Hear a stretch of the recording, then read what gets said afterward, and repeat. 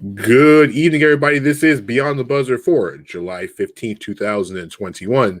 I'm your host, Dane Thompson, checking with you tonight, along with, to the man to the right of me, as you can tell, the student of the game himself, three-point conversions, college football analyst, my good buddy to the right of me, Mr. Kyle Nash. Mr. Nash, how you doing, my friend? Hey, what's going on, Danny Thompson? Glad to do the thing, hoping to set a lot of people down on a lot of things that they're freaking out about in particular. And I think we have a lot of information to broker to the public this evening, sir. Exactly. So if you're on Facebook Live, YouTube, also as well as multiple platforms, by all means, like, share, comment, and also put post in there and let us know how you feel. But like I said, we're going to talk about this for the next hour and a half. I don't know how long as me and Kyle can go, and check out our good friends at Valor is over in Kyle's right shoulder tonight at valor.us.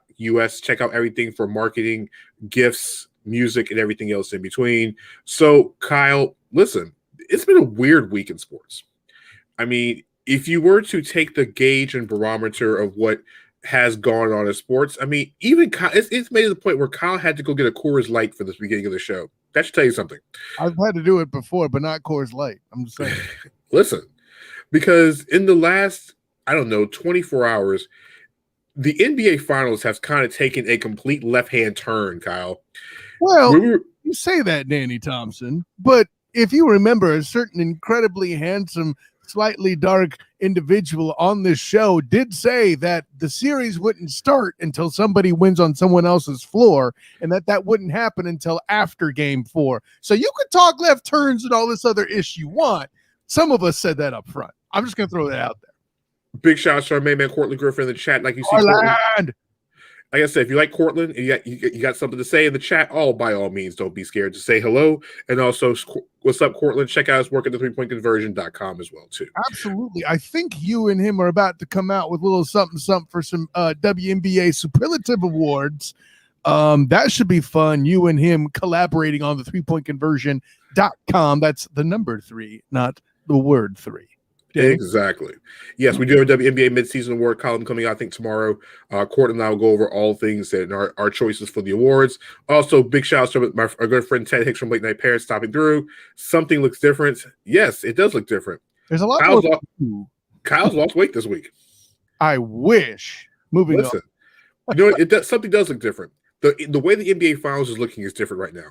Mm-hmm. Because, Kyle, if you look at the first 2 games, the Phoenix Suns, as we were on the show last week, the Suns were looking like they were going to be invincible the first 2 games at home. Game 1, they dominated because of Giannis's injury and coming back. And then Game 2, Chris Middleton and Drew Holiday were on milk cartons in Game 2, while Giannis pretty much carried the load. And the Suns won both games at home. Well, so much for home cooking. Home cooking in the series has been correct because the home teams won all 4 games. Milwaukee's gone back in the last 2 games and won both games at home. But, Kyle, uncharacteristic to what Chris Paul's been doing in the playoffs, we have given Chris Paul a pass for a lot of things. But 15 turnovers in the last 3 games, including a couple of major ones last night down the stretch.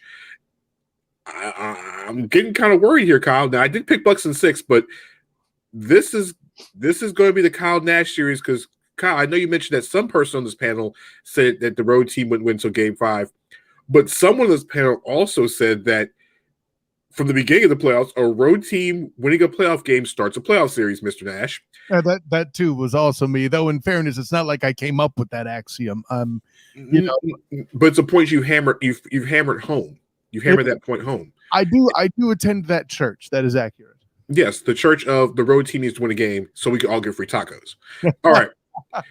So, Kyle, we saw it last night. The play is now going to be known infamous. We talk about LeBron James's block in Game 7 in the fourth quarter against the Golden State Warriors. Giannis's recovery last night on the alley-oop to DeAndre Ayton. If the Bucks win this series, this will be the turning point of the series because if everybody remembers last night, it was about maybe a minute left in the game. Bucks were up by 2. Devin Booker and DeAndre Ayton played the perfect game of pick and roll. Giannis got caught ball watching. Ayton has basically a perfect alley-oop in his hands. And the next thing you know, Giannis uses every bit of his long reach like he's reaching back to Greece and steals the ball and blocks it from Ayton at the rim and jumping Kyle off the hyperextended knee, not the regular healthy knee. He jumped off the hyperextended knee to block the shot, get the ball down the court so Chris Middleton can do what Mike Patton calls two-face, because Mike Patton's not a big fan of him, but as you can tell. And then Chris Middleton hits his 40th point of the game with the shot, which pretty much put the game away. Kyle, before we talk about the block, is Giannis superhuman at this point? You know, it's not often that I steal from personalities this blatantly. But Chris Broussard at one point, Nick Wright at one point said that Giannis is very similar to Lamar Jackson, L-Jack in the NFL, in that their games may not lead to conventional wisdom of what great is, but if they win a championship, their critics are going to be quiet about that fact, right? I mean, listen, we all know that Giannis is not a shooter first, and listen, Giannis is that 90s style basketball player, plays tough, plays for trying to get the 2-pointer, and the 3-pointer is a bonus for a specialist when they all collapse on him. Yeah, Rodney, superhuman, alien, you pick a word. Giannis has done some amazing ish, and who knows, maybe even a mutant. You beat me to it with the Wolverine. I just saw it up there. The healing factor is off the charts. I think we're talking more Deadpool than Wolverine as far as healing factor. But that all being said, listen, it's not like Giannis is strange to this. He's a 2-time MVP. The thing I can't get past and isn't being talked about enough is Chris Middleton putting up flipping 40. Who the hell saw that? I didn't. Well, Mike Patton didn't. Mike Patton calls Chris Middleton two-face because Kendrick Perkins on one of the talk shows talked about how Chris Middleton's Batman, which was completely off-center. So yes, he's not two-faced, but he is showing up to be Robin. But Middleton. And Kyle, if you think about this, here's a great stat. I think it's been 7 times in the history of the NBA in the finals where a player has had 40 points and only 1 turnover in the same game. Mm-hmm. Mm-hmm. 2 of those games have happened in the last 2 games with Giannis and Chris Middleton both doing it in the last 2 games. Isn't that amazing? Man, listen. It's Cortland makes a great question. Where did I write this block in history? Cortland says he's got number 2 in the top 3 of all time, just blocks in the playoffs or finals history. Listen, there have been some great blocks and there's been some great moments in the playoffs. I still think I don't know if it's number 1, but to me, outside of LeBron, I still think Tayshaun Prince's block on Reggie Miller on that wide open layup to save the Pistons at Eastern Conference Finals is right up there. And the thing is, with Giannis's block last night, like you said before, Giannis is defensive player of the year. He's won one of those. His arms are like, 7. He's a pterodactyl walking. Okay, he's a walking Velociraptor. All right, it was an amazing block. No, I don't care what anybody says. It was an amazing block. Sure. It might be top 3. I have to really think about some great blocks because I think Tim Duncan had a few in that Game 7, which nobody talks about. Kyle, we think about it for a second. You go back to some of the greatest moments in finals history. No one talks about that Tim Duncan Game 7 against the Pistons. I think both teams scored like 45 points in that entire game combined. But Duncan, I think he had 24, 21, and 8 blocks in that Game 7. But I think he had a couple of them in that game that were pretty memorable. I have to go back and watch that film again. But yeah, Chris Middleton was phenomenal. And Ted Hicks is saying that Giannis should be recasted for Space Jam. Listen, I will say this. I'll mention the pop culture reference tonight. But I will be watching Space Jam at 12:01 on HBO Max. I will be watching it. Listen, I'm ready. I got my Space Jam cereal and everything. Judging you. Moving. That's fine. I got a big bowl of Space Jam cereal with LeBron and Bugs Bunny on it. Yep, I surely do. Who are the do you have Marvin the Martian as a marshmallow? I think the marshmallows actually. So basically, what Space Jam cereal is a bunch of black circles that like Trix cereal, a little bit bigger than Trix. And there's two marshmallows. There's one that has bunny ears, which is I guess Bugs Bunny, and one shaped like a basketball. Somehow I'm so proud of you that you're able to break it down that detailed. Anyway, listen, I bought Space Jam cereal just for this moment because, like I said, I'm not a big fan of LeBron James playing Space Jam, but I'm a big fan of Bugs Bunny. Well, I mean, I don't want to be this guy, but Michael Jordan's Space Jam was a bad movie too. Anyways, so here's the thing I want to get to. because now that I'm already everybody's villain by acknowledging that Space Jam 1 or 2 is probably going to be a horrible movie in either form, what I'm trying to get to is this, Danny Thompson. Can we please chill with the Chris Paul is a choke artist talk? I don't know where y'all are getting this. I don't know where people are getting this from. Like, okay. People turned on a dime so fast, somebody's neck had to snap to make this jerk of a take. Orthopedists everywhere are fixing knees and all sorts of other stuff. No, General, you need to understand that get out of here. We're not even talking about the 49ers or the Titans or any of that. It's my house right now. No, I'm just kidding. But listen, here's where I'm at. If you properly analyze this, I'm not going to sit here and tell you that Chris Paul's turnover ratio is higher in these finals. It's not like he's also been involved in 2 of the winning games as the point guard therein. Let's be, other people are pointing out, well, he had 10 points this past series. He's a point guard. I'm less worried about that. I'm more worried about DeAndre Ayton only putting up 6 last night, but no one's talking about that. And I'm also worried. And Kyle, you just mentioned an outstanding point. Here's the problem I have with this. In games 1 and 2, DeAndre Ayton was a huge factor in those games. It just seemed like when they went to Milwaukee, Bobby Portis was outplaying DeAndre Ayton. You forgot Ayton was on the floor half the time. Yeah, that's accurate. And I mean, listen, the Bucks are not slouches as size goes. They actually finally played to their size when they took it back to Milwaukee. Somebody reminded them that they're the bigger, more dominant team. But the part everybody's leaving out is the offensive rebound stat. The Suns got crushed. And the Bucks had, 19 extra shot attempts because of it. So let me get this straight. Turnovers had to be ridiculous. DeAndre Ayton had to disappear. And Chris Paul had to have what was a dramatic moment. And I'm sorry, most of the reason, there are 2 reasons that play happened. One, Drew Holiday is a legitimate defender. Mm-hmm. Everybody seems to keep forgetting that. I don't know why, but they do. But did anybody see the pick that was set? That was a horrible pick. Chris Paul tries to make a move to come back, realizes there's somebody there, can't adjust all that more, and he stumbles because of it. And we're also leaving out the ligaments in his wrist currently being inflamed or torn or whatever they are. No one wants to talk about any of that. It's just, Chris Paul's a choke artist. Stop it. Well, I'll tell you this. The referees gave the Suns every reason to win last night. I don't know if anybody's mentioned the fact of, I know we haven't, the fact of Devin Booker committed like 62 fouls last night in the game, and they wouldn't foul him out last night. I mean, Booker scored 40, but I think he had like 11 fouls last night. The referees were just letting him WWE the Bucks all over the court. Normally this happens at home, but not on the road. But I say all of the above to say this. We're talking about near perfect basketball from the Milwaukee Bucks. You're talking about players in consecutive nights with 40 plus and 1 turnover. If they keep that up, they deserve to win the series. But let's understand that the Suns, even not playing their best basketball, are still in the game. This series is far from over, and I'm not going to say anything completely asinine like, the Suns still have the momentum, but they are going back to Phoenix. I'm just throwing that out there. Courtney Griffin made a great stat in the chat.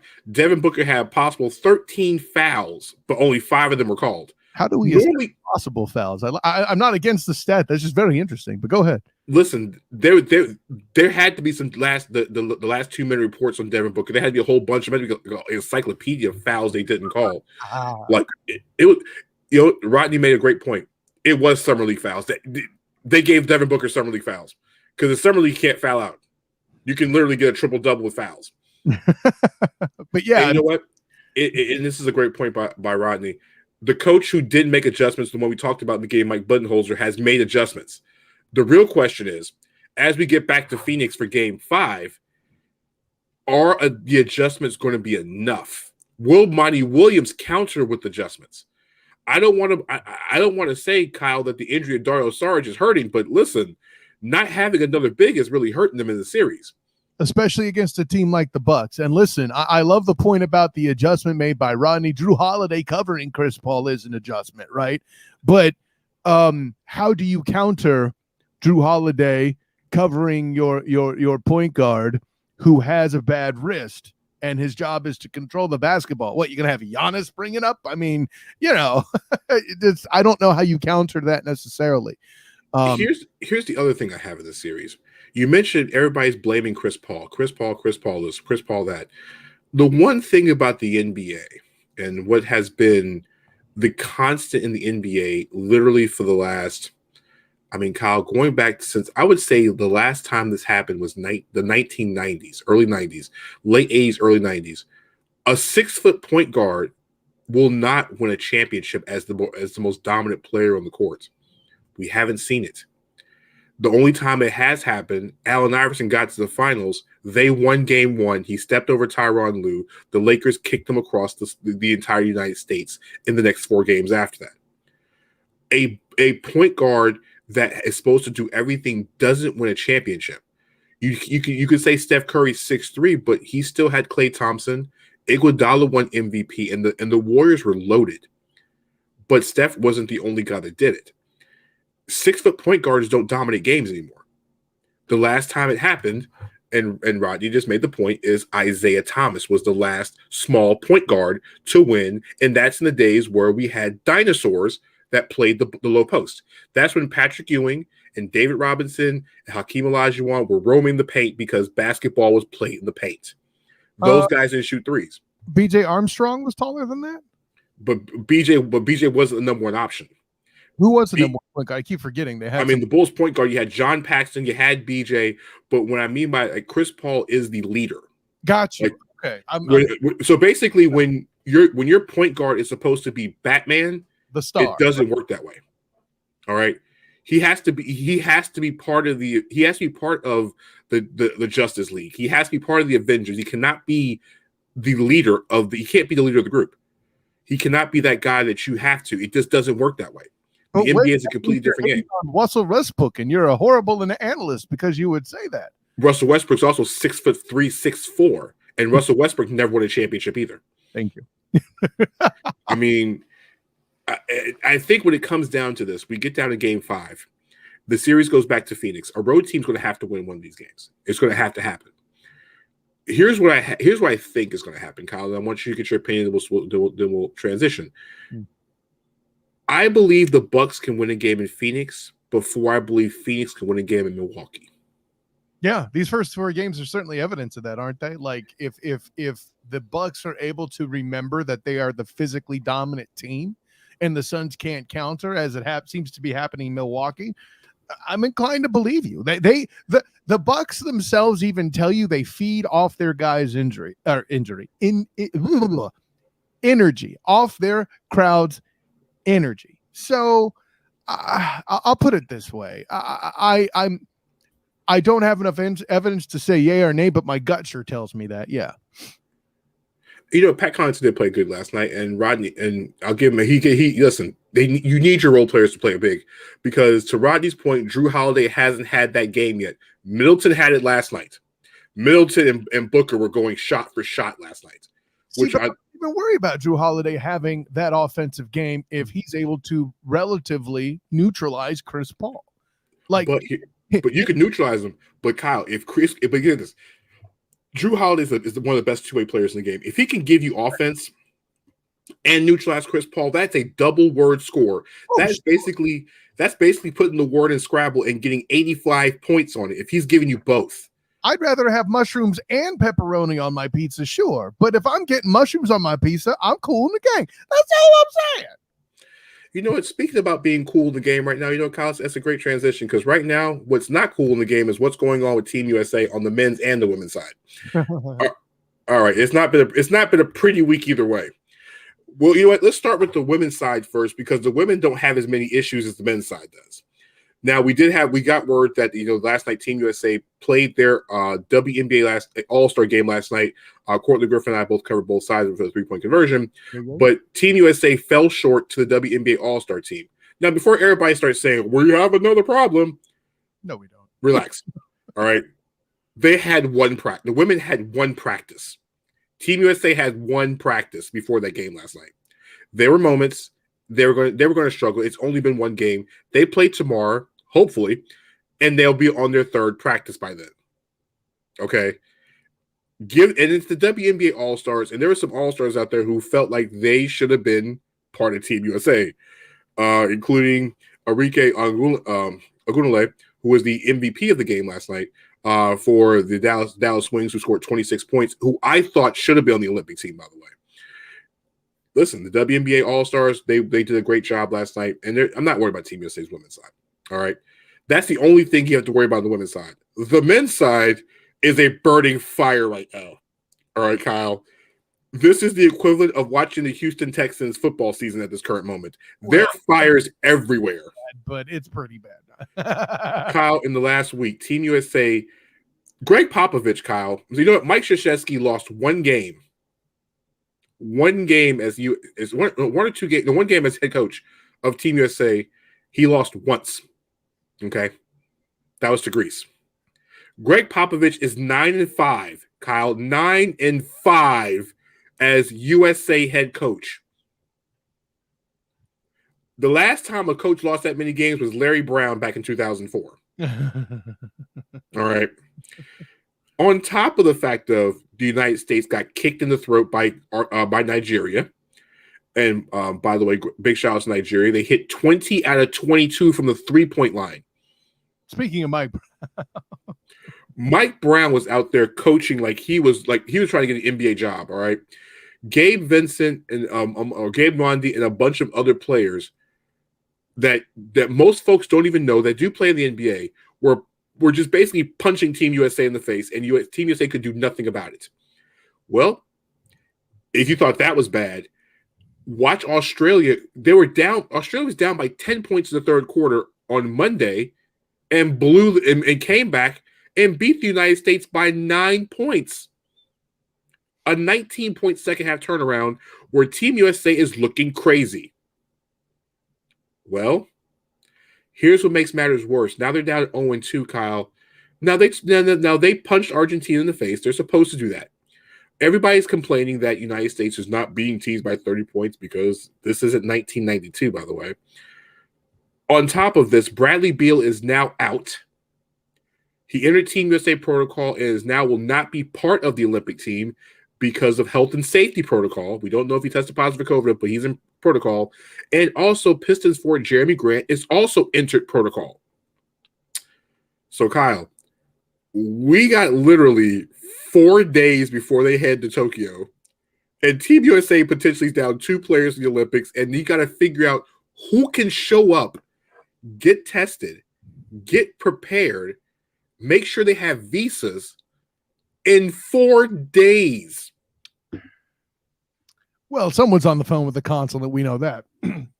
Here's the other thing I would throw in Danny Thompson, just for historical solidarity, to show that while things do look grim, they're not necessarily completely lost. And I know when I tell this story, you're like, oh, but this wasn't true and that wasn't true. But it's still a worthwhile thing to mention. Tell a story, sir. The Dream Team, under the great Chuck Daly, was preparing and getting ready for their trip to, I believe it was Barcelona, before they took Angola by storm among some of the other teams. Okay. They had a scrimmage against a college all-star team group and they lost. It's one thing to lose to another national team. The Dream Team, I'm talking about the GOAT himself, other GOATs of previous generations, people that put the GOAT out in four games in the first round. I'm talking about people that are playing with that are point guards that help make famous other big men like Kareem Abdul-Jabbar and doing all the things you heard about.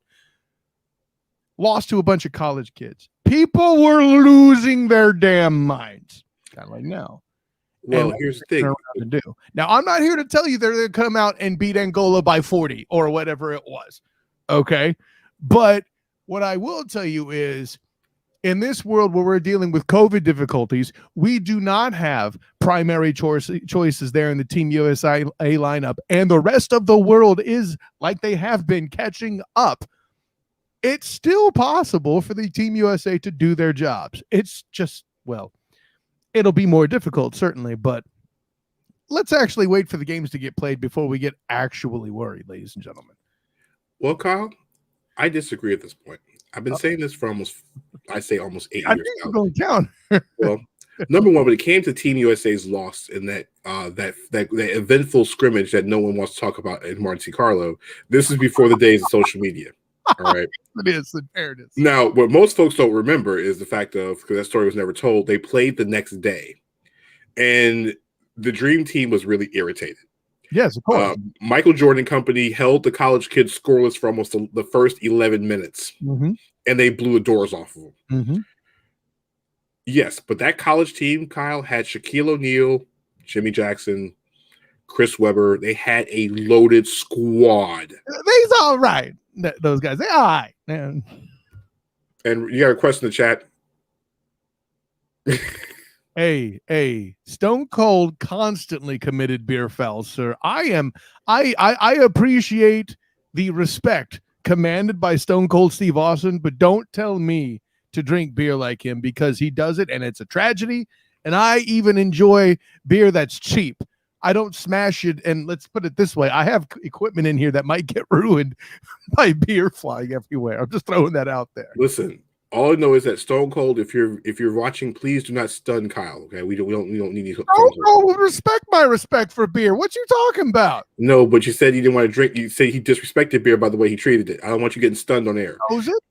He knows it. He ain't listen, he knows it. And it's part of his stick, and I'm okay with it. But here's part of the stick I have in the situation here with Team USA. I know Rodney in the chat puts it sounds like 2004, but this is starting to reek of 2019's World Cup team. Fair. That went over and they basically got their asses kicked in China. Well, I think they finished in 6th place, and that team had Kemba Walker and Jason Tatum because everybody bowed out. Here's the problem I see right now. Yes, to Mike Patton's point earlier, it's early. But the problem they're running into right now is it's already hard enough to try to build chemistry. All right. You have 3 guys that are still playing in the NBA Finals.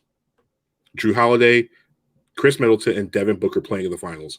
You were hoping they would have been available for the game on Sunday against Spain. That's out the question. There's no way they'll be available because they have 2 more games at minimum. You would have wanted them to be here for at least a practice or 2. If this series goes 7, Kyle, they won't be able to practice. They'll be headed straight to Tokyo on a plane because they got to quarantine for a day before they get to Tokyo. On top of not having those 3 guys, the other problem is now you're losing Bradley Beal, who scores 32 points a game in the NBA. You don't have Jeremy Grant at this current moment. So as you're preparing, now, mind you, they probably won't even play tomorrow. They're supposed to play Australian exhibition tomorrow, but Team USA technically only has 7 Olympians and a whole bunch of select guys. Okay, this game is probably going to get canceled tomorrow because of the lack of depth. And to Rodney's point, there is no depth at this point. Okay, this is scary because guess what? Now they're thinking about trying to find somebody at the last minute. Word is that Duncan Robinson could be taking one of those spots, Miami Heat sharpshooter.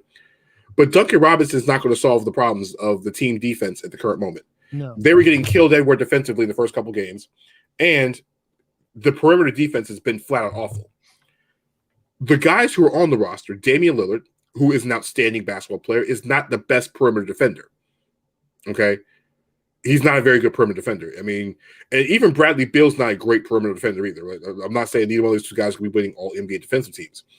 When Devin Booker gets there, guess what? Devin Booker's not a great defensive player either. You see my point? The only players that can guard on the perimeter, Kyle, are Drew Holiday and Chris Middleton. I was going to mention Drew Holiday, yeah.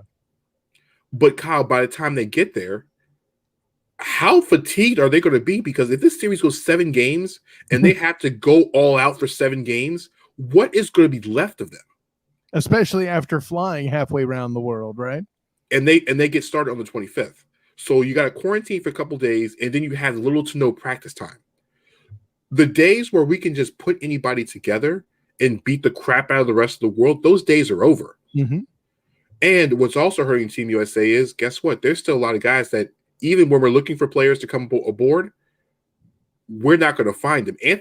LeBron James is not walking through that door. Neither is Anthony Davis for that. Anthony Davis is on the not the Monstars, whatever you want to call them in Space Jam this time around. All right. They're not walking through that door. Steph Curry's not coming through that door. Kawhi Leonard has a knee injury. He ain't showing up. Paul George ain't showing up either. All right. We're not going to have John Collins or Jared Allen. I don't know who they're going to call at this point. You might as well call Stay Puff. All right. Hey, listen, I hear Stay Puff is wicked awesome on defense. Listen, they need all the help they can get. All right. They need to go find Tyson Chandler, put him in a biofreezer, and then bring him back out. Get Tristan Thompson out of retirement. He's Canadian. Damn it. All right. And now they're going into a bracket, Kyle, in Group A, where they'll be playing France with Rudy Gobert sitting down there with six current NBA players and 3 other guys that play in the NBA, and they're way bigger than Team USA. Kyle, outside of Bam Adebayo, who's 6'10", the only bigs down there are Kevin Love and Draymond Green, who we've mentioned on multiple occasions, but Kevin Love ain't blocking nobody. No. And in the game, Kyle, where you can take the ball off the rim, Gobert could have a field day with rebounds. All right. They also have the Czech Republic in their region, in their group, and the Czech Republic they surprisingly won the Canadian region of the Victoria bracket because it seemed like all the host countries in the qualifying tournament didn't want to go. You're hosting at home and still can't win because the Czech Republic beat Canada in their home country and then punched Greece in the face to go to the Olympics. And they have an NBA point guard named Tomas Satoransky of the Chicago Bulls. Why would I mention that? It just seems like Team USA gets kicked in the face by mediocre NBA point guards. Carlos Arroyo, ring a bell? Gabe Vincent or Gabe Nandi in the exhibition game against Nigeria. Patty Mills against Australia. They've all punched Team USA in the face. All right? Right in the face. Right in the face. All right? Small guards dominate. If you can get hot in the Olympics, you can beat anybody in international play. This isn't the NBA. And Rodney makes a point where Dame Lillard is a point guard, but he is not a facilitator. You're completely correct. I would feel much comfortable if Chris Paul came back and played, but Chris Paul ain't playing. He's tired. He's old, so he's not going. But I feel like the Team USA is in a humongous hole right now. Yeah. And yes, Mike, they are considering Duncan Robinson, the Miami Heat, among others, unless it's going to be people that are already inside the bubble, because guess what? They're already there. It's like Darius Garland, Sadiq Bey, Josh Magette, Duncan Mathias. No one knows Josh Magette, who has bounced around, played for Atlanta Hawks like a cup of coffee, and Dakota Mathias, who was cut from the Sixers G League squad. Those are what's left. Oh, Mother Hubbard, that's what's left of the cupboard at this point. Unless you're going to try to find somebody at the last minute. I mean, maybe they can convince Julius Randle to somehow forego free agency money to come play. I mean, listen, if they lose Jeremy Grant, this thing could go down in flames. I mean, flames quickly. Kyle, speaking of things going down in flames right now, listen, Stephen A. Smith caught one this week. Normally, I would save this for later on, which I probably will, but Stephen A. Smith caught one this week because in this week, Kyle, Major League Baseball was supposed to have something great go on this week. The All-Star game was supposed to be great this week. All right. You had Shohei Ohtani. Listen, Shohei Ohtani is the best player in baseball. When I say the best player in baseball, what do you mean? This guy, Kyle, could pull off the trifecta on Rodney. PJ Washington can't play Sunday because he was in COVID protocol when he was in Vegas. All right. So Shohei Ohtani, basically, Kyle, he was the number 1 seed in the home run derby, which was on Monday night. He led off for the American League team, and he was the starting pitcher. Mm-hmm. Kyle, he's one of the first. I think he's the first player in like 10 years to have 30 home runs and 10 stolen bases at the All-Star break. But Stephen A. Smith happened to go on ESPN and go on a rant, as he always does. But this one was kind of a weird one. He said that the face of baseball cannot be a person who cannot speak English. Of course, he retracted his statements later after he realized how deep his foot went in his mouth this time. And I'm a big fan. I mean, I have a lot of respect for Stephen A. He's one of the he makes $12 million a year for a reason. All right, he's good at what he does.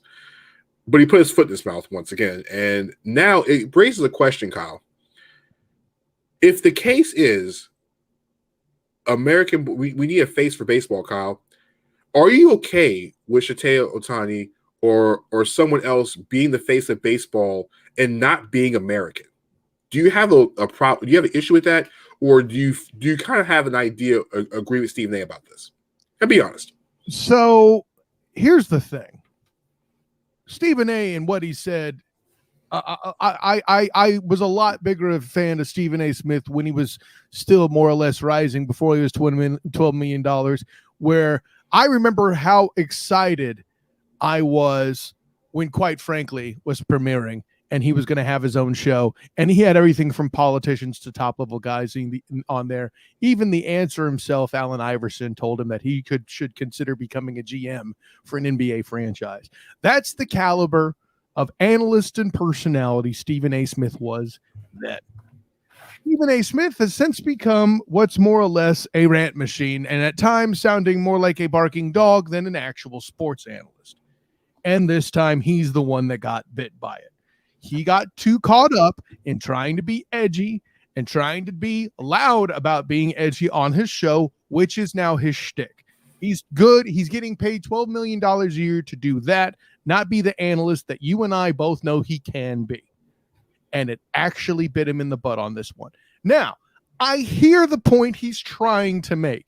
I don't know that he's used the word couldn't exactly, but he was trying to paint the picture that somebody who's trying to be the face of the franchise of America's alleged pastime in baseball is going to struggle versus somebody who doesn't need an interpreter.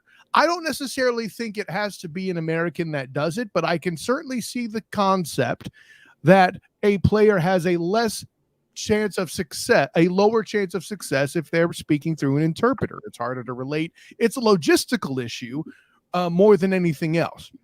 But I'll say all that to say this.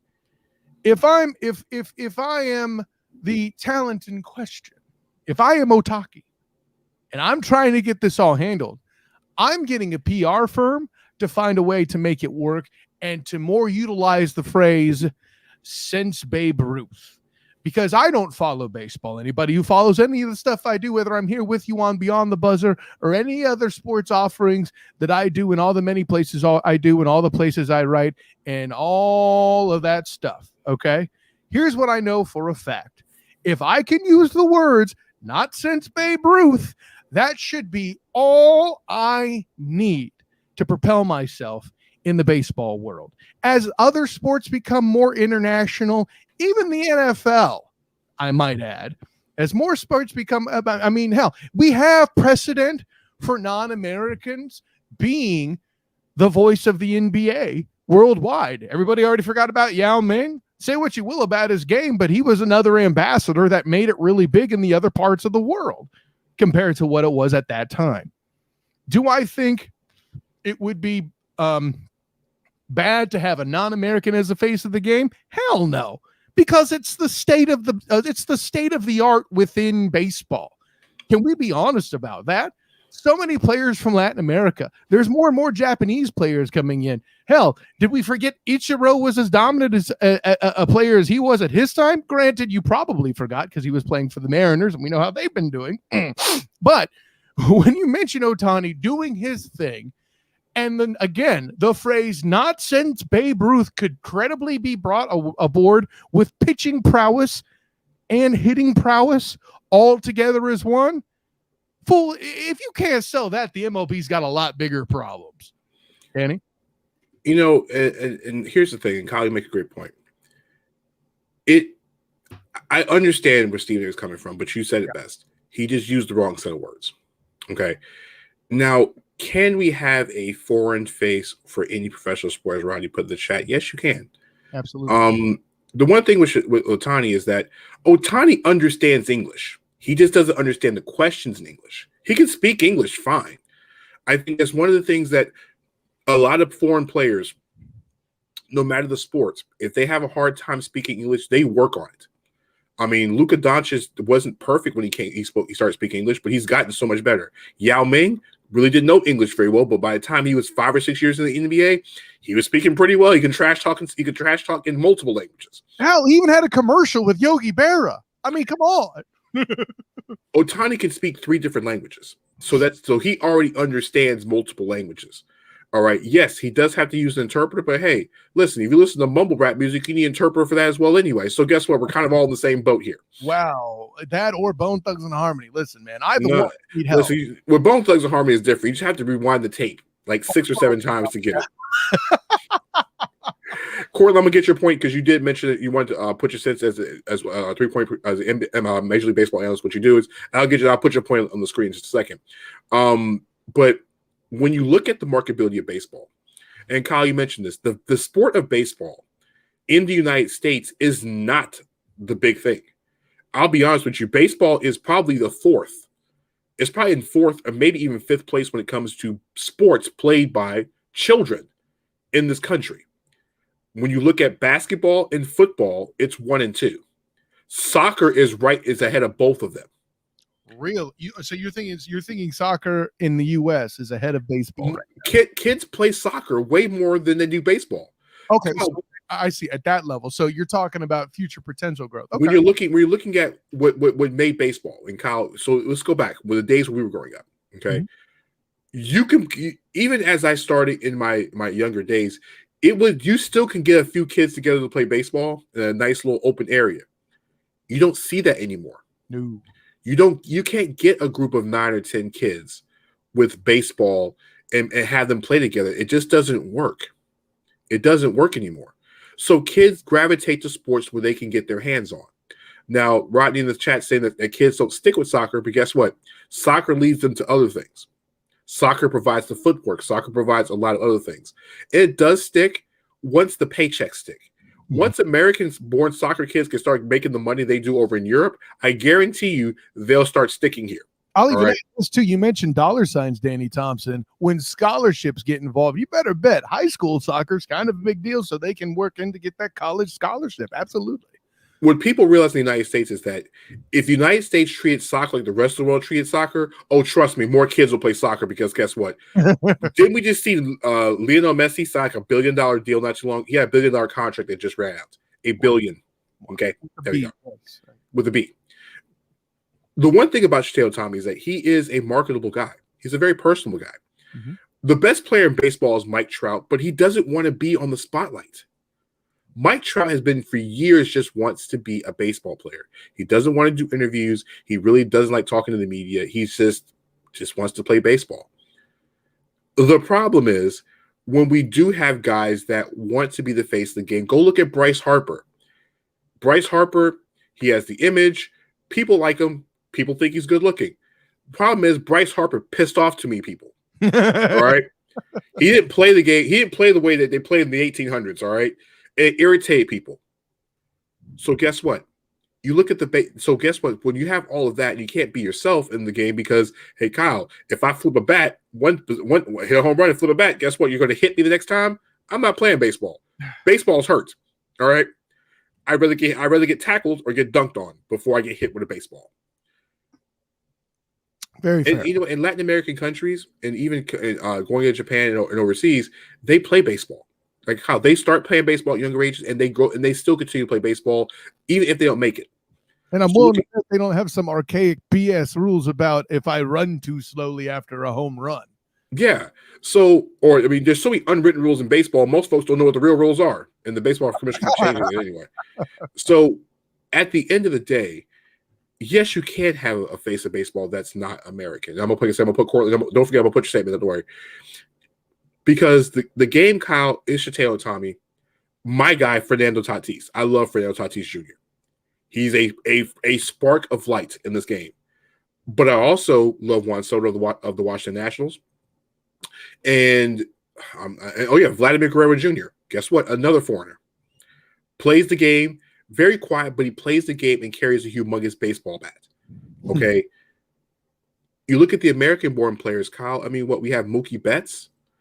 Mookie Betts has played for the Red Sox and the Dodgers, two of the biggest franchises in Major League Baseball, Kyle. But if I turn on my television set, I don't even see him on a commercial nowhere. It's not like he plays in a small market here. He plays in Boston, and everybody knows the Red Sox. He plays for the world champion Dodgers, and most folks still don't know who he is. And I'm gonna put Cortland's face up, and here's what Cortland's comment was. As you do that, I'm going to make this statement too. Imagine the opportunity for Shohei Ohtani to like when he does eventually learn English, and how endearing that would be to the fan base once the interpreter is out of the way. Because you better bet, as you said, as the athletes get more exposed to and get into it, those interpreters, that struggle kind of goes away. And I was going to mention Hideo Nomo. Thank you, General. I forgot about Hideki Matsui too. Good call. Godzilla. But the punchline being, imagine how endearing that would be for the ambassador of the game, the face of the game, to eventually be somebody who evolved away from needing an interpreter. Like that embodies the state of baseball. And while the old, get off my lawn types may have a problem with it, I'm sorry, that's the state of the game. Big shout out to Controversial Raphael as well too for get off the lawn. All right, so when you look at Mike Patton mentioned Sammy Sosa. Sammy Sosa was not American. He's Dominican. He is Dominican.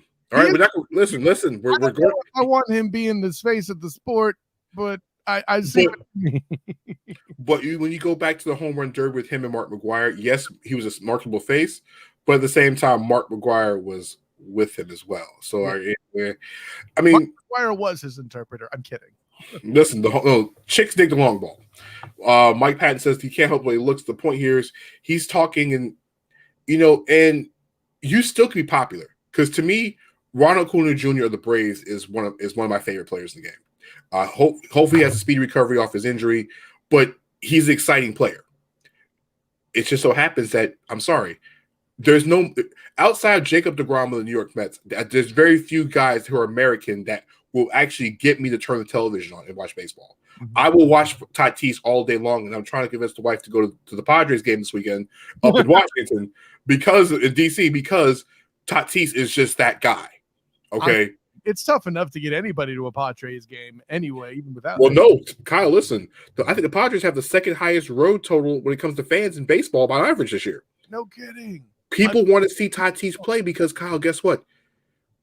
As Will Ferrell says, he's exciting and the kids like him. They want to see him. He gets the blood pressure. You get the blood going. Did you get Did you get Cortland's Precious? Did you get Cortland's statement up there originally? It was up there for a bit, but it wasn't up there too long. I want to make sure we give it its proper attention there. All right, we'll put it back up. See, live television. How many great save? Mookie Betts. Mike Trout works because the majority, But see, the thing Mookie Betts is, he can relate, but the problem is no one tries to relate with him. Okay, well, I mean, listen, if you can't relate to not since Babe Ruth, how smart are your baseball fans at that point? That's my question. Listen, what Ohtani's doing is something completely different. Like you're mentioning, Kyle, he's striking out and hitting home runs. What more do you want? Like, this should be a nightly thing. And you know what, Kyle? Here's my issue. If Ohtani wasn't playing for the Angels, this would be a completely different story. If Ohtani was doing this in New York for the Yankees, or even the Dodgers, right there in the same damn city. If he's up the I-4 freeway with the Dodgers, or Kyle, if he's playing for the Red Sox or the Cubs, we'd be watching them on national television almost every time they're playing. Even the Cardinals, I think, would be enough, or the Reds. Yeah, you know what? If you play for the Braves be on television. Oh, it would have to be the Braves. Jesus. Listen, people watch. You know what though? As much as I don't like the Braves, people won't watch it. Yeah, you're right. I mean, heck, he'd even have spring training over here at the wide world of sports. I mean, come on. Disney would love that. Anyways. But when we look at this, though, it's like, I understand we look at the All-Star game, but instead of the comments being made, we should celebrate it. Like, we've never seen a guy. Kyle, the last time a guy that was so multifaceted that took the sport by storm was Bo Jackson. Yeah. Maybe. Bo, the last one might be Dion, possibly, but Bo Jackson. Bo was a much bigger deal, in my opinion. I mean, when I say multifaceted, can do a lot of things in the field. Ohtani will gun you down from the outfield. He throws in the high 90s. Mm-hmm. He can strike you out and hit the ball at the ballpark. Yeah. Kyle, I think didn't he hit one like 480 feet during the Derby? I didn't watch the Derby, but if he did, I won't rule it out. Again, we're dealing with since Babe Ruth, so I believe you. I mean, it's just weird. And Kyle, speaking of things that you don't want to believe, Kyle, guess what? I can't believe it. It's football time. We are literally. I know, Kyle. It's been so long since we talked football time. Let's not go crazy just yet. Kyle, listen, it's the middle of July. Mm-hmm. We're getting ready for training camp in 2 weeks. We're talking about you have the Hall of Fame getting ready to get started in Canton. You have NFL training camp coming around the corner. So yes, Kyle, it's been a long time. It's been a long time. Sorry. I mean, to quote the song, it's been a long time. We should have left you with the NFC East to step to. All right, so let's go to the NFC East, Kyle. All right. The NFC East, or the NFC least in a lot of people's opinion last year, was flat out garbage. Yes, it was. All right. Dak Prescott goes down, and the rest of the division can't figure out who wanted to win. All right. Philadelphia was tanking, whether it be on purpose or whatever it was. The Giants lost Saquon Barkley, and somehow the Washington football team with 62 quarterbacks win the division and get to the playoffs. And one quarterback that I don't even know, most of us don't even know who it was, almost beat Tom Brady in the playoffs. Oh, yeah, Heineke, right. Yes, Tyler Heineken, listen, whatever you want to call him at this point in time, was literally, I think if they would have had another series on the field on offense, they could have actually won that game against the Buccaneers. Yeah. Now we go into a year, Kyle, where now after an entire offseason where Dak Prescott becomes the highest paid player in the NFL, and yes, I did say that because Patrick Mahomes' guaranteed money is less than Dak Prescott's. You get Saquon Barkley back. Carson Wentz is in a completely another conference. And Washington still has Chase Young. So, Kyle, what are some of your storylines for the NFC East? What are you looking for, or what are you looking forward to in this division this year? Because this division is weird to me. It's incredibly weird because really nobody in that division was really themselves, right? I mean, we had so much injury in basically all facets of that division, all right? So I'm going to lead off with the first one here. The most obvious thing being, well, we'll put it this. We'll start with the Washington football team because really the Red Tails, Red Wolves, Cortland, you make me hurt sometimes. The Red Tails, they have no idea what they're doing. All right. I mean, they're still kind of in rebuild mode, but to your point, thank you, General, my man. I'll put it this way. The offense still leaves me a lot of questions. Their O-line's better than they have been in a long time, but that's because it's been that bad previous to it. Dwayne Haskins was having a rough time because of the lack of protection, and yet somehow Alex Smith was able to survive after taking repeated hits, especially his first one from Aaron Donald. I still have no idea how he survived that, and I'll leave it like that. Yeah, Cortland, you're absolutely correct. It's the worst division in football, and it's not close. Basically, when it comes to the Red Tails, it's a matter of where do you start. And I'll put it this way. The biggest thing that happens in Washington is if they decide to do the right thing and name the team the Red Tails, regardless of whether or not they have Chase Young. And the way things are going, they may be in a situation where they won't even be able to re-sign him for his next deal because he just wants out of there that bad unless they turn it around real quick. Although I'll give credit to Ron Rivera. He's saying and doing the right things you can when you're brought into a situation like that. Anyways, next on the list, the storyline for the Giants. I'll go behind you in Washington this one. Then we'll go to the next team. Oh no, go ahead with Washington. That's cool. Okay. Yeah. So we'll go team by team here. So for me, the big storyline for the Washington football team is year number 2 of the Predator. We saw how good Chase Young was as a rookie. The question is, how do you follow that up in year 2? One of the things that we've learned, Kyle, we've seen this with rookies who had great rookie seasons, is how do you avoid the sophomore slump when everybody knows your name on the field? Everybody's going to be looking for you. Everybody's going to be looking to take you down. You're going to see a lot more chop blocks, a lot more dirty stuff, a lot more foolishness on the field. A lot more desperation. Just call it what it is. Because guess what? Chase Young is more athletic than most players in the league. Fair. How can Chase Young, because Washington's offense is still suspect, okay, unless they acquire one Deshaun Watson, which probably won't happen, Washington is still suspect in offense, okay? Their defense is going to have to win games. In a division, Kyle, where the three quarterbacks in that division, Kyle, are actually mobile. The three quarterbacks they're going to play. Dak Prescott's pretty mobile. We all know Jalen Hurts can get out the pocket if he has to. Sure. And Daniel Jones, with the exception of him tripping over turf, okay. Technically speaking, that's not in the pocket. So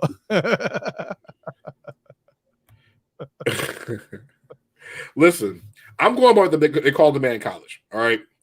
Listen. Hey, with dreads like that and the way he chases quarterbacks, listen, he's trying to talk about Arnold Schwarzenegger Predator. Take it easy, Chief. All I'm saying is this. Chase Young has the ability, Kyle, to win the division by himself. He's that good.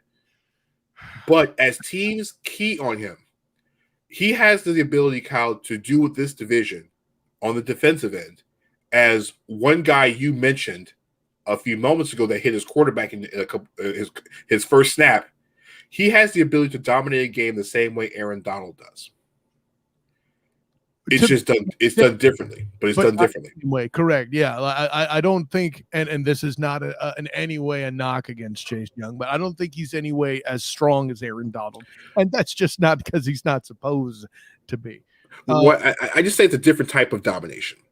So, matter of fact, if I were him, the first thing I do is I put in the call to JJ Watt and say, "Hey, what should I expect to look for now that people know that I'm awesome? And what did you buy your coach to make sure I have a bookend like Whitney Merciless or Brian Cushing or Jadeveon Clowney or somebody to take some of the blocks away from me?" Ron Rivera, the smartest thing Ron Rivera would do would be moving Chase Young around. Agreed. The more you move him around in different spots, the hard. I have him on the left side, the right side. I have him standing up as a linebacker and going outside pass rush.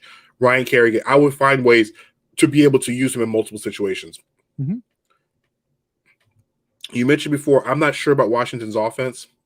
They didn't really do much in the offseason to upgrade it. They're still a defensive first team, but when you have a guy that can cause havoc everywhere, it's going to make the linebackers better. It's going to make the defensive line better. It's going to make the corners and the safeties better. Depending on what they're doing, okay. A defense that can recover mistakes is a defense that can help a team succeed, right?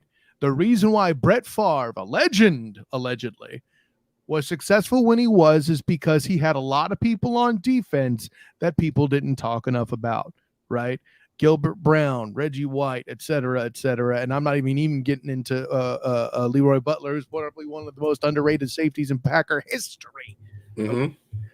Those guys made it so Brett Favre can win Super Bowls.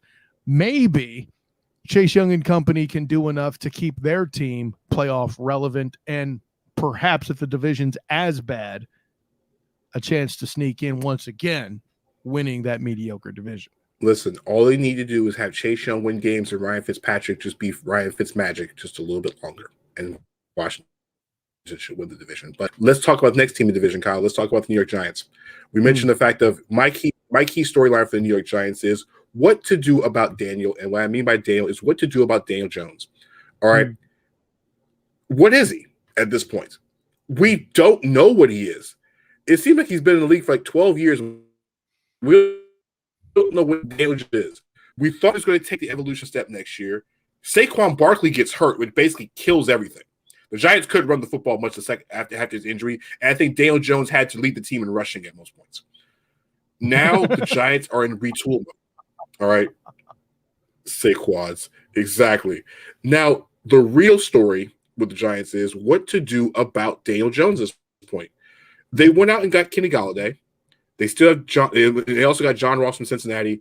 They still have Sterling Shepard, Darius Slayton at the receiving court. Evan Ingram is the tight end. And they also brought in Kyle Rudolph from Minnesota, Kyle. They've given Daniel Jones the most offense and most weapons he's ever had. The only way the Giants are going to make the playoffs this year is if Daniel Jones turns into not he can't play like Tom Jones. He can't play like Steve Snapper Jones from NBC. He's going to have to learn. He's going to have to become a star. I'm just not sure what we have with Daniel Jones. So his development is going to be the key and the thing I'm watching for. Because if Daniel Jones, Kyle, goes, I would say 25-10 this year at 4,000 passing yards, the Giants have every reason to be a contender and could possibly even challenge for a wild card spot if he can get to those numbers with Saquon Barkley staying healthy. You know, here's the downside to the NFL and the state of it as it is today is that quarterbacks get paid too much. Because really the correct move for the New York Giants is to take Daniel Jones, who's a good enough quarterback, right? He's not going to fool anyone into thinking that he's a first ballot Hall of Famer like Matt Ryan's done. but what I joking aside, really, what I do mean to say is that his best move, in my opinion, is to be a quarterback that primarily hands the ball off. He's mobile enough to get his own yards with his feet. It's not like he's an awful passer. His ability to make reads isn't great. So what do? You use a butt ton of play action after you've got a quarterback that establishes tone and tempo. Saquon Barkley is such a running back that could be that force. Problem is you can't help the club in the tub, right? So between the fact that Daniel Jones is getting paid too much to do that and Saquon Barkley can't stay on the field, Daniel Jones is now asked to be a dominant passer. And Cortland beat me to the point. It's time for him to do that. The amount of excuses are now exhausted, especially in this garbage division, where your only defensive struggle, in my opinion, should be dealing with Fletcher Cox in Philadelphia and the entirety of the Washington Redskins defense. So, Kyle, what's your storyline for the Giants this year, or is it Daniel Jones?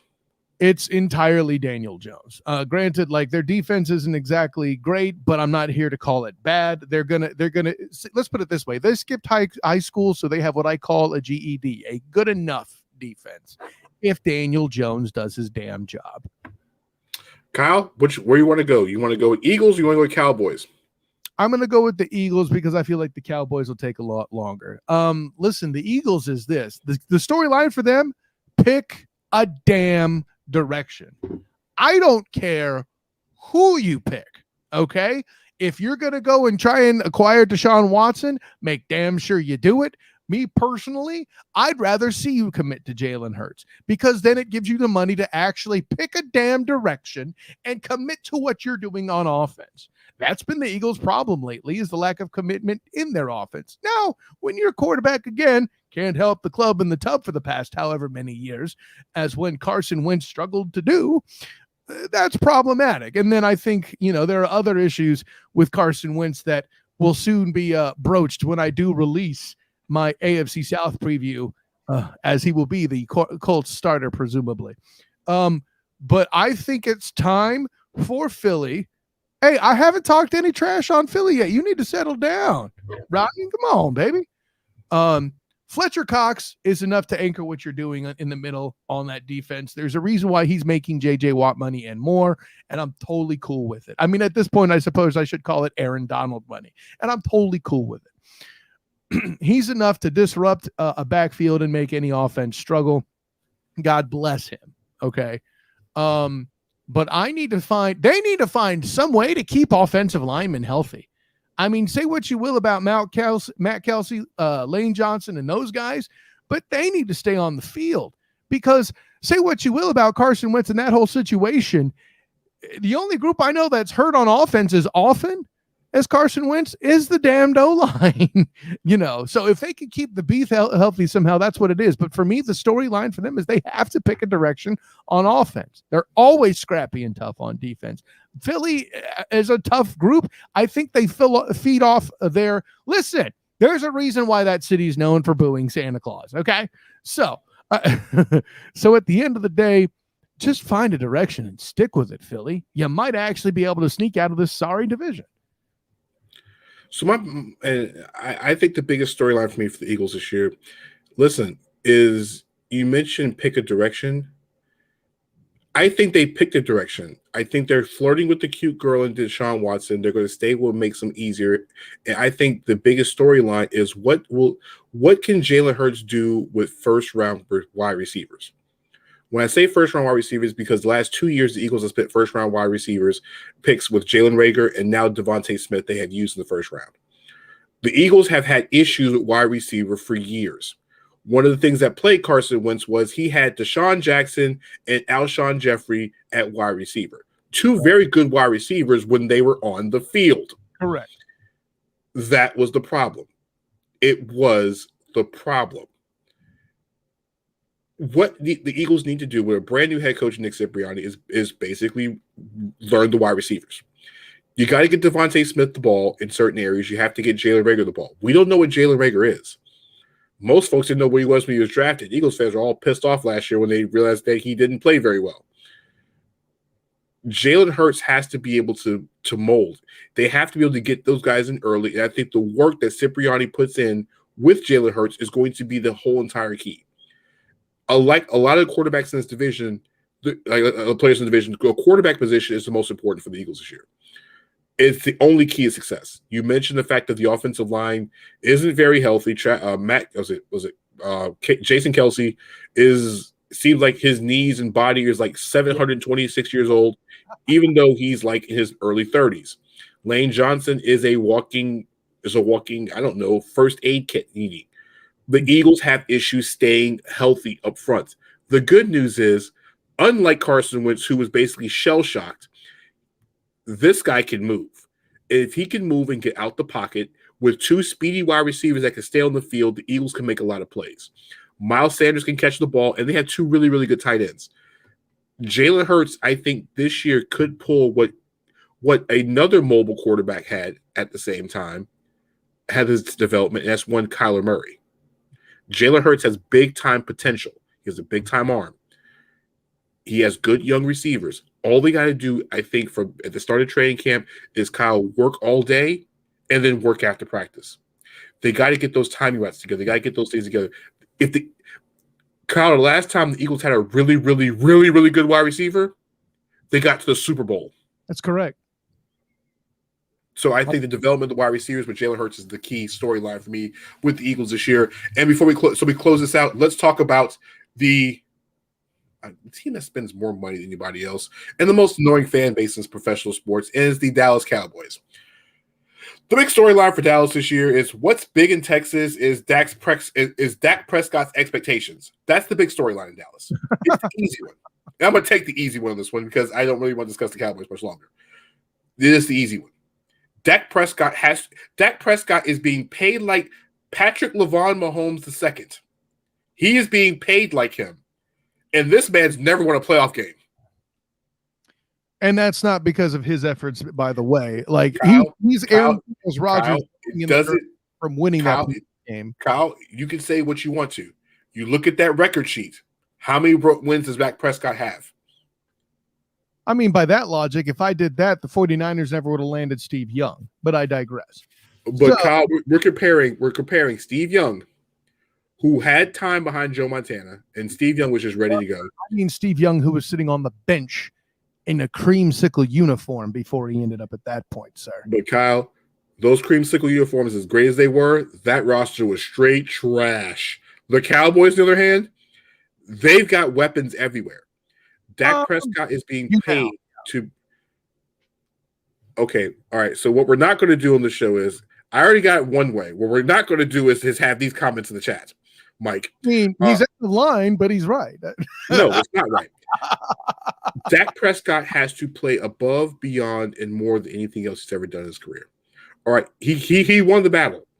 He won the battle with Jerry Jones to get his payday. Mm-hmm. Now he has to live up to it. And I'm not sure, coming off that injury, Kyle, that he's going to be able to live up to it. Because when you're being paid like Patrick Mahomes, and you're expecting those numbers or Tom Brady's numbers with an offense, Kyle, that has, I don't know who the number one receiver is. I couldn't tell you who the number one receiver is. I really don't. Because as good as Amari Cooper is, he doesn't play well against big-time corners. CeeDee Lamb, he wears number 88 because Michael Irvin allowed him to wear number 88. But this is his second year. Michael Gallup is a great horse racing name, but he's their slot receiver. Kyle, you mentioned the fact that some quarterback needs to be handed the ball off. and doing things with play action. You mentioned one, was it Daniel Jones needs to do that more. Mm-hmm. I think Dak Prescott needs to do that in Dallas. Get the ball in the hands of the two running backs, Ezekiel Elliott and Tony Pollard, and let them eat and let Prescott play over the top. But guess what? That ain't happening. Dak makes too much money to be a game manager at this point. He could be Russell Wilson, but the money he's being paid, he's got to be Patrick Mahomes, and I don't think Dak Prescott can be Patrick Mahomes. He could be Russell Wilson, but he can't beat that Patrick Mahomes, and that's going to be the question in Dallas for me, and that's my big storyline for Dallas. Kyle, what you got? So you said a lot of stuff there, and there's a bit to unpack. First of all, I don't believe Dakota Prescott has to be Patrick LeVon Mahomes II. You're making $40 million a year. You better do something. I'm aware of that. What I do think he needs to do, to your point, is actually win a playoff game. And in light of the fact that we now have an extra game on the schedule and we have an extra spot in the playoffs, his chance for doing that is Mountain Dew. That's a great analogy. Dakota Prescott does not get the honor of uttering his middle name yet in this show, simply because only 4 quarterbacks get that honor, sir. He's not one of them. We could fit another one in, but that's a conversation we'll have later. I would like at some point to learn Deshaun Watson's middle name, because while he doesn't have a championship under his belt, he damn sure is a good enough quarterback. He's up there with the likes of Russell Carrington Wilson, Aaron Charles Rodgers, Thomas Edward Bieber Brady, and Patrick LeVon Mahomes II. At any rate, and by the way, Lamar, I keep forgetting his middle name. I just EJ had Lamar Jackson. Lamar Jackson's middle name, I forget what it is. It's Lafayette. It's something Lafayette, like it's really cool. I forget what it is though. At any rate, I think Demetrius. There we go. Lamar Demetrius Jackson Jr.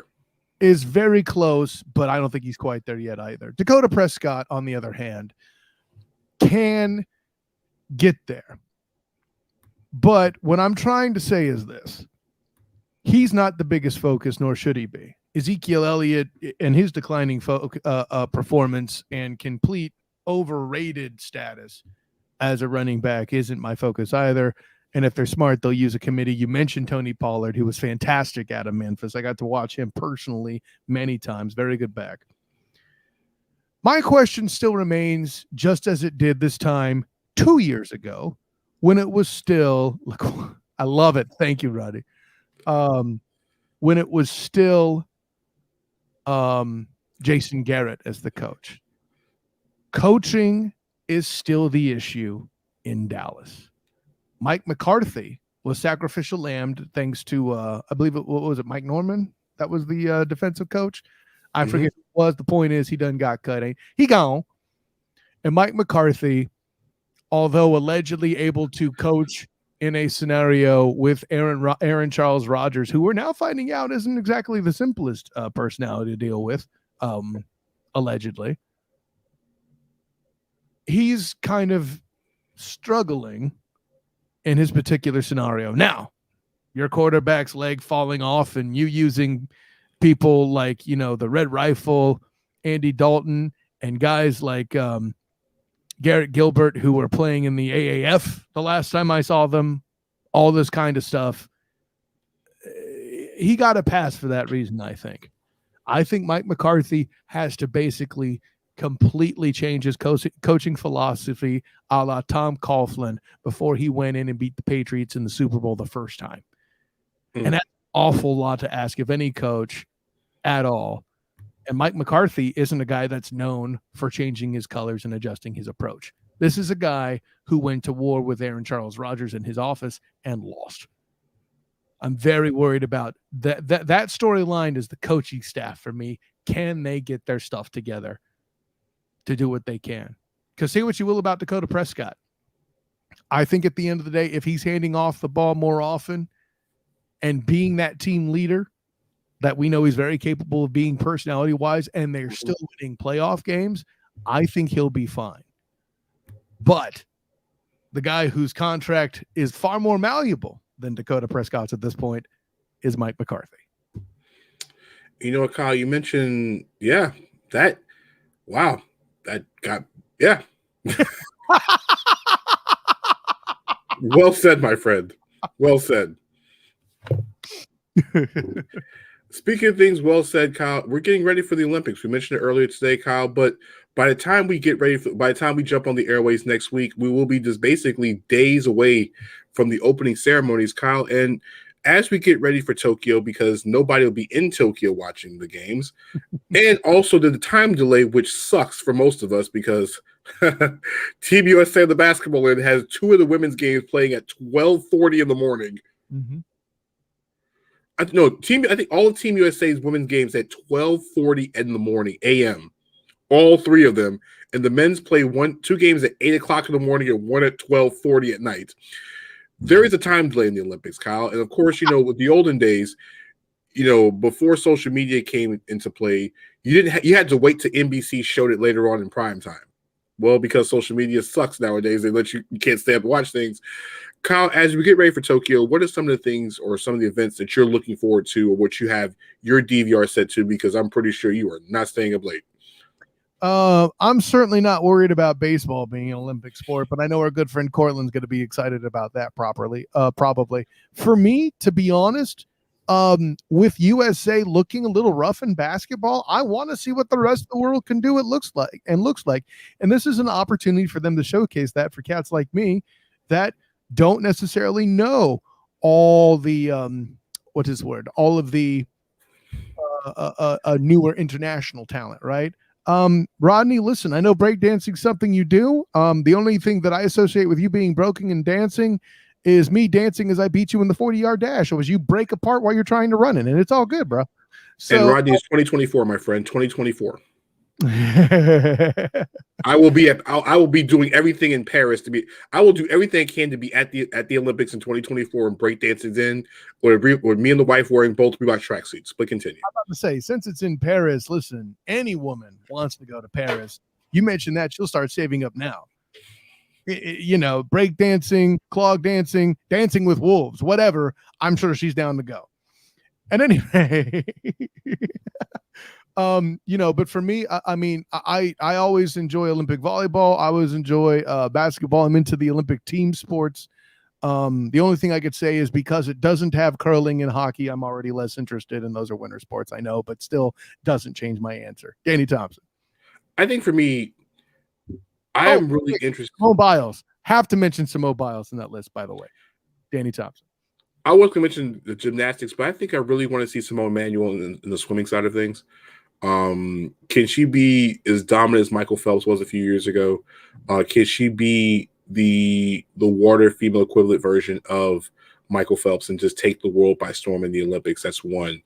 Of course, track and field is always up there. I mean, you can never not go with track and field. It does suck that Sha'Carri Richardson won't be running in the 100-meter dash. You want to see the best run against the best. And no, I don't believe that we performance real quick. Yeah, exactly. I've never seen weed make somebody faster. I really have never seen that in my lifetime. Outside of that, I think the one other sport I'm really interested in seeing, Kyle, is to see 3-on-3 basketball. This is going to be interesting. I agree. Because this is a sport where the United States only has the women's team because the men's team couldn't even make it.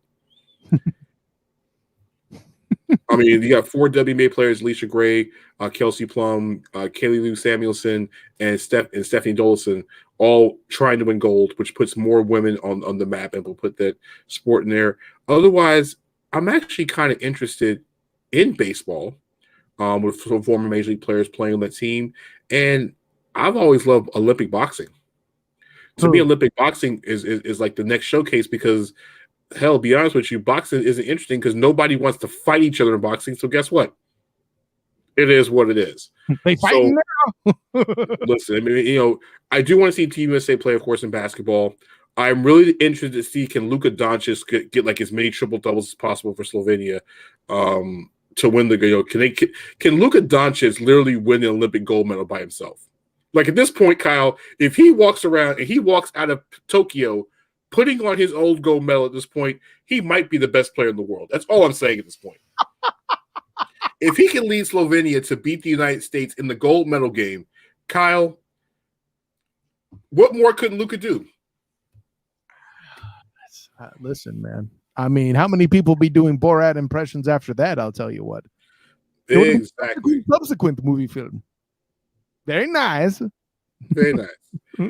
Speaking of things very nice, Kyle, before we jump out of here, it's almost 10:30. We've been on for about almost an hour and a half. Any last minute shout outs or actually what's on your mind, what you want to get off your chest before we go? Hey, man, I'll be honest with it. I'll just do it really quick because I said it early. Won't get off my chest. People, stop burying Chris Paul. What the hell's wrong with y'all? Damn. Like, you do realize he's not the only Suns player that struggled the other night, right? Like, where's the DeAndre Ayton schmack?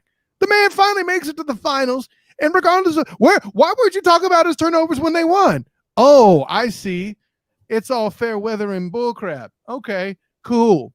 Oh, and lastly, say what you will, local Florida college football fans. You got your way, UCF haters. They're doing a 2-for-1 with the Gators. Awesome. So now they can back out of any game when they want to after they host the first one in the swamp in 2033. Oh, goody. Danny Thompson. 2033. Yeah, they're scheduling that far ahead. That's what they do in college football, man. I got nothing for you. Who the hell schedule games on the dime in the pandemic? We're back to doing it the way it was pre-pandemic and scheduling games 10 years out. 2033. Kyle, I thought you were saying 2023, like 2030. Like they literally go like 12 years down the road, really. All right. Let me get something off my chest here. So we look at so many things in sports, and we look at, athletes, and they're athletes, Kyle, that they have great careers, or some just don't pan out, and they become jokes a lot of times. And unfortunately, last night, what happened with former Washington football team quarterback Dwayne Haskins is something that's not funny. Dwayne Haskins was a victim of domestic violence by his wife last night. I'm not going to go too much into the details because I'm one, as we've learned in the show, Kyle and I don't really talk about. That's why we discuss Richard Sherman tonight until we find out more, listen to more details. Because when you talk things preliminary and don't go through with a fine-tooth comb, you don't have a chance to really see all perspectives of this. But this is something that is weird because if you go on social media and not just Facebook, but Twitter, Instagram, and those places, when you heard the story break about the Dwayne Haskins, people were laughing at his situation, and saying, that or had this impression that men can't be part of domestic violence, and that's not victims of. Yeah, we can't be a victim of it. But I will say this: people put it under the rug. But if the shoe was on the other foot, Dwayne Haskins would not see the light of day at this point. Be buried in me. I mean, he would be buried. And my prayers go out to him because it's something that men don't talk about. Men don't know how to deal with it. There's support groups. I think our friend Antoine Staley, shouts to him on Twitter, mentioned the fact that he was part of he was not himself, but he was running a group that had men involved in it. It is a real thing that men can be part and be a victim of domestic violence. Don't let this thing twist you, because some men will not retaliate because that's just how it works sometimes. So my heart goes out to Dwayne Haskins. And for those who are cracking jokes, if that was you on the other end being a victim of it, would you want somebody laughing at you? Dwayne Haskins plays football. But at the end of the day, he's a human being. We can talk about his interceptions or his ability, his playbook reading, or his commitment to football. But at the end of the day, he is a child of God. He is a child. He is a man and a person first. And sometimes you got to separate the man from the athlete from the man. The same way we did Kwame Brown. It took Kwame Brown a lot of years, took a lot of crap, even though that man made almost $100 million for taking crap. But at the end of the day, he's still a human being. But regardless whether he was your favorite player or the worst player ever, it doesn't give people the right to talk bad about him. And before we go, I also want to give our best wishes to one of our colleagues, Brian Snow. For those who don't know Brian has a show Snowman in the Morning. Also, he's known for his outrageous hot takes. As Kyle Nash will put sometimes, it's a trap. Some of his things will trap you into like just commenting on certain things here and there. But it came down this week that Brian is fighting, I think it's pancreatic cancer. And I just want to tell Brian, I'm pretty sure Kyle behind me on this one. We want to give our support to you, especially in my household, prayers and thoughts out to you. Is we want you to get better because we need your wild takes. We need you behind the mic. Cancer is not a fun thing to deal with. And like I said, you just married your wife and you have a lot in front of you. So we need you to beat the cancer, buddy. Take all the rest you need. Don't worry. We still got the radio things behind us. We got sports behind us. We want you to get better. Like I said, our prayers go out to you and your wife, Jody, and everybody else in between. Get better. We need your hot takes. We just need your opinions, as like I said. So, as we want you to get better, buddy. Much love to you and your family. So, like I said, you meet a lot of people in the industry, and like I said, everybody has thoughts and opinions about things. But at the end of the day, like I mentioned about Dwayne Haskins, we're all human beings. And like I said, Brian's a good guy. He really is a good guy. Mm-hmm. His takes are wild, but as a human being and a guy that I have spoken with many times, I haven't had a chance to sit down and break bread with him. But as a guy I've spoken with many times, Brian is a really, really good guy at the end of the day. He's a really good guy down in the heart. So, and hey, I'll give him this much credit. There have been times in the past where I've had the opportunity to work with him doing some writing as well. He is a much better writer than you might imagine. And he's done fantastic work with me in the past doing that. And while your takes may be hot, stay cool, Snowman. We want to see you fully formed. Yeah. Exactly. We want to rebuild the Snowman. So in my Frozen song. Kyle, any shout outs before we go, my friend? I'm not gonna beat that, man. Let's just I'm about done. All right. So for myself, the student of the game, Mr. Kyle Nash, everybody in the chat, because it's been pumping through the chat, Mike, Rodney, Cortland, the Precious. Yes. You got to thank your wife for commenting. I thank you, Precious. See, yes, I have to thank my other half because she's my other half. She's the special part of everything. So big shout outs to everybody in the chat. Like I said, everybody for liking, sharing the show tonight. We enjoy doing this. But she can't rock a beard the way you do, brother. I don't want her rocking a beard. All right. In fact, I might text her to come in here and let you hear the beard comments. Nobody's wearing a beard in this household but me. All right. So listen, I was trying to give you props, man. Damn, okay. It's all love, Kyle. You know it is.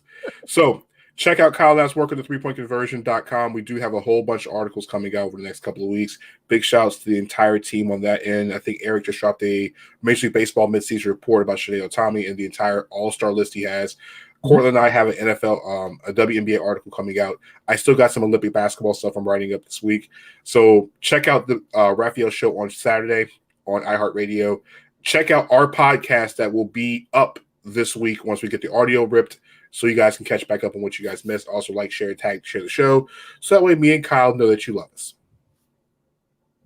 Also check out Under Construction Sundays on Facebook Live, and check out Mike Patton's show touring the AFC South as Mike Patton's one of the few guys I know that can talk AFC South every single week with a new topic in a division that has 4 teams and none of them had a chance to win the Super Bowl at all. That's all I'm saying. and none of them has a truly elite quarterback. Anyways, I'll drink to that. So for myself and Kyle, like I said, we love you guys. Have a safe week, and also at the same time, if you are vaccinated, stay safe out there. If you're not vaccinated, please respect the people that are. I mean, if you're not vaccinated, you do represent 99.2% of the COVID deaths in the past month. So there's that. Sorry, too many facts there? Da-da-da. All right, so we'll chat you guys next week for Beyond the Buzzer. Stay safe out there, guys.